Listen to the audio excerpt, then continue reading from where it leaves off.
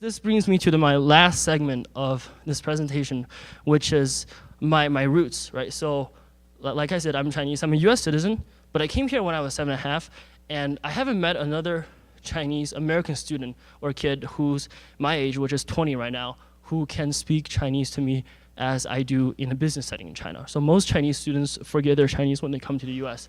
I decided not to, and I realized that so much of what ancient history has made in the past thousands of years reflect exactly on what I've done with my businesses today, right? So take a look at that, right? So root, right, get it, Linux? The Time magazine here, if for some of you who read this, Amy Tra wrote, what is it, the tiger mother. Now my mom certainly is not a tiger mother, but actually she's quite far from a tiger mother, but the point is the same cultural prevalence is actually quite accurate for what most Chinese American kids experience, right? And when I just came here I think 13 years ago in Chicago, I was at downtown Chicago, in inner city area. It was extremely poor. The only money that our family had was from my dad's fellowship with his PhD studies, right? So I basically had nothing. And if you want something, you want to go make a toy, okay, here's a bunch of Lego blocks, go make it yourself, right? If you want a software, go illegally download it, right? If you want some music, figure out how to crack the thing, right? So basically, nothing that I did, I spent money on. Everything that I did, I figured out how to either hack, crack, break the law, or do whatever other methods to attain it, right?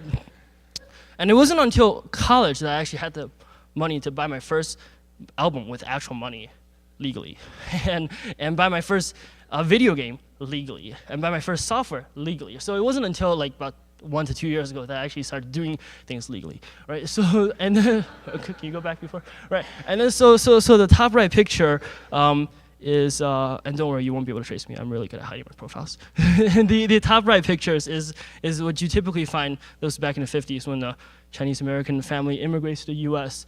is pretty much, you start off with nothing. And this is very true for a lot of the kids here internationally who are second generations. Even if their parents are professors and well-known things in China, they start off zero from the US, which is actually really important. And I don't know why that's up there, head body. I don't code HTML that much. Next slide. Okay. So and I just want to tell you some of these lessons that I learned from Chinese culture to entrepreneurship. Because as I listen to Doug Neal and these VCs and these people, mentors, etc., who tell you, okay, you should go in this direction in your life, you should do this, do that to try to balance your life better, make your business grow. And at the same time, I'm relearning my Chinese roots and relearning my Chinese culture more and more. I realize that all these little tips and ideas, they already exist, right? If you look even in ancient European texts, and there, especially well, from my perspective, the language, the Chinese language itself is idiomatic and not literal, but figurative. You'll find that the same lessons that the language and the previous, books have said is repeated for the exact same situation that you will experience as an entrepreneur, as an investor, as whatever happens to you. So all you really have to do to figure out what you need for success is just be good at history. So I basically spend all my time at Wikipedia. But the point is, it really, actually, seriously, these lessons that you find in things that are not related to what you do are the things that will help you the most in what you do. Right? So it really does matter a lot.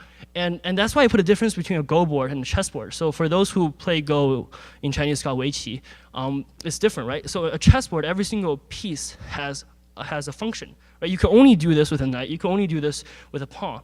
But a Go board, every single piece does the exact same thing. And rather than directing and telling and micromanaging your team members and telling them what to do, go this direction, that direction, you play a game of Go where you're controlling your direction more than you're controlling your actions. You're controlling, you're directing what you want to achieve rather than directing a single objective. Because at the end, it's from a macro perspective of what you achieve. And that's why one of the lessons I put up there that I've learned is to direct and not to control, right? You need to care more about your direction in life, and things in it will fall in place naturally.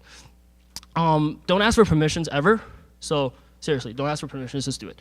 And never lie to yourself. I'm gonna say this controversially. You can lie to other people, but don't lie to yourself, right? Even if when you're lying to other people, don't lie to yourself and tell yourself that yes, I am lying to other people, right? Don't believe your own, the term is don't believe your own crap too much.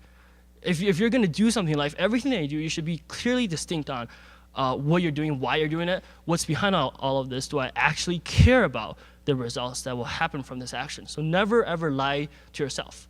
And I didn't say you could lie to other people. And don't stop working. That's actually kind of ridiculous, but I don't stop ever working. Also, don't complain. And when I say don't complain, it means people go through hardships all the time. Life sucks. It's true, but don't complain. Just fix it, right? And be obsessed. Whatever you do in life, especially be it if it's your grades that matter, be it if it's entrepreneurship, be it if it's a company, you need to be so obsessed with it that people get sick of you, right? You need to be so obsessed with it that nobody wants to talk with you. Nobody does want to talk with me. But the point is, you need to be extremely, really into what you're doing. And unless you are fully obsessed with what you want to achieve in life, you might not really achieve the platform that you want to gain sometime. And just do it. So I think there's one more. Yeah, this is the final slide, and this is what I mean by the community.